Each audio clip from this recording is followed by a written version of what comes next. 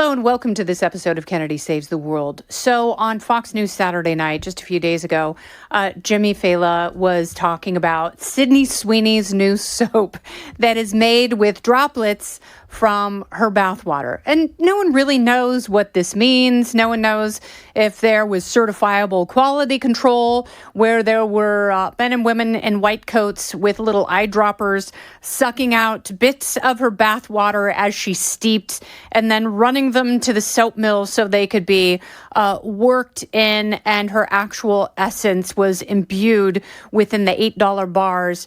No one knows if that's the case. They just have to trust that somehow, some way, the water from her bath made it into bars of soap, which men will use to pleasure themselves thinking about her giant boobs.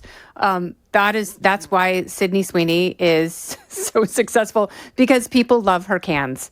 And that's the big sell. And there is absolutely nothing wrong with it. I think that this exercise in the soap selling is a brilliant branding aha moment for her or whomever else came up with this. There is very little investment on her part. There is so much intrigue. It is hysterical. It's only slightly dirty. She doesn't really have to compromise herself in any way she doesn't want to. It doesn't take away from her vibe or her personal brand.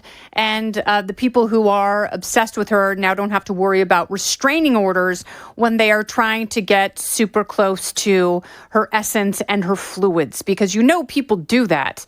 But this way, it's actually very smart, because she can give just a little bit of herself and her tinkle and whatever fluids come out in the tub to perverts, weirdos, and ex-cons who want to defile themselves while thinking about her. And I don't know whoever in the world would be mad about this. And obviously it's still a topic because it is somehow controversial. And people are like, ew, it's so gross. I could think of worse things, like farting in a jar and selling it on fartsinajar.com.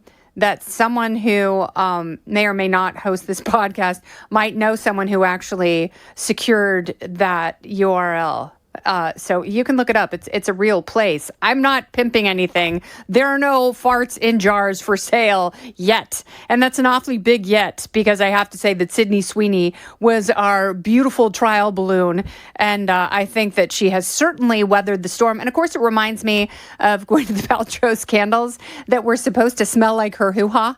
And then Elton John apparently bought all of them. And his publicist released a statement that said he's a fan. Like, Elton John loves Gwyneth Paltrow's vagina so much, he bought all of her hoo-ha scented candles. And it would be really funny if it smelled like cotton candy and juniper berries, just something completely random together. Like, it smells like peonies and canned anchovies. If Gwyneth were really honest about her downtown neighborhood, which of course she's not going to, because she's a real influencer. And so it's funny because these lady influencers, they just have to weather the storm for a while until they achieve legitimacy. And it's the kind of thing where you just have to put an imperfluous helmet on and not listen to any of the criticism. Trust your gut. Put out good products, even if it makes you look like a bougie-ass hoe. And just know that at some point, slowly, you start to generate a loyal fan base. And if you give them good stuff, they will come back for more. And that's what Gwyneth Paltrow, she made sure that that's what she was investing in and delivering. And those deliverables mean that she is the next one in line to take up the Martha Stewart mantle. Now, Gwyneth Paltrow will never, ever do as much work as Martha Stewart. And there are other people who they pretend to be Martha Stewart-esque, like Jennifer Garner is one who is invested in farms and nature and, curation and all that stuff. And I'm sure there's a little bit more hard work that goes into what she does. But Martha Stewart's been to prison, and none of you softies, you will ever step foot in a prison unless you're doing some Hallmark Channel documentary or research for a Christmas movie. Don't go anywhere. More Kennedy Saves the World right after this. Having said that of course brings us to Meghan Markle. There was U.gov poll that showed, or YouGov, I don't know how the hell you say it, that she is of Prince William, Princess Kate, Prince Harry, and the Duchess of Santa Barbara. Of the four of them, Meghan Markle, it's Sussex now. My last name is Sussex. Meghan Markle is the least popular. She has the lowest favorability and the highest unfavorability of all of them because she is inauthentic. She was only in this whole thing to be famous. That's all she has ever wanted to do. And if she, mark my words, if she had natural double Ds, Meghan Markle would be the most beloved woman on the planet. But she is not Sydney Sweeney, and she won't be unless she gets like drastically augmented. And even if she does that, it will be seen as selling out. It will be completely inauthentic. She will do it so far after the fact. She's not cool enough. She is. She just doesn't know how to party. She would not be able to carry a set of enormous breasts with swagger or grace. She wishes she were Nicki Minaj or Sydney Sweeney, and she will never be. But if she were rocking a brick house, then she would be very popular and beloved. But she's super skinny. And it looks like she doesn't even eat all her own crap that she's hawking on her dumb website, which keeps changing names. And that's why people don't like her, because there's nothing there to like. And I'm not just saying it's not because she doesn't have an enormous set of jugs.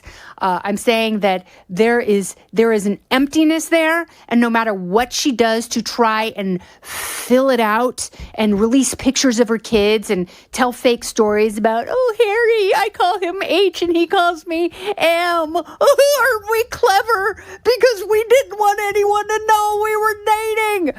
Lady, you went after a prince because you wanted to be a member of the royal family. And then when she found it was incredibly boring and kind of demeaning because she wasn't anywhere close to the star of the show, she's like a D-list player in the royal family orchestra. No one really cared about her, and she needs to be the center of attention. She's getting negative attention because people simply don't like her, and it's not getting any better. And she is not restocking her mediocre jam because people know they can get bone marrow, the jelly and the hexagonal jars, or octagonal, I guess.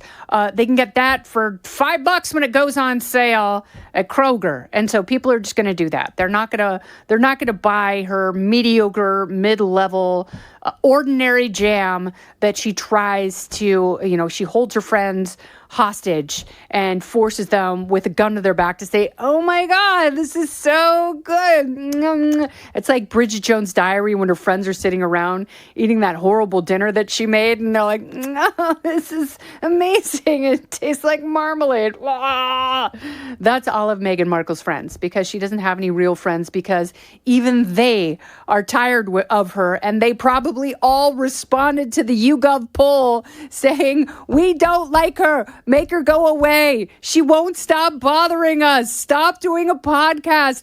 No one cares. Give us Sydney Sweeney's boobs. That's what all of Meghan Markle's friends are saying. And I don't care who you try and bribe. You'll never be a Sussex to me, sister. This has been Kennedy Saves the World. I'm Kennedy. Listen ad-free with a Fox News Podcast Plus subscription on Apple Podcasts, and Amazon Prime members can listen to this show ad-free on the Amazon Music app. Oh, go ahead and leave me a review while you're there. I'd love to hear what you have to say. You've been listening to Kennedy Saves the World on the Fox News Podcast Network.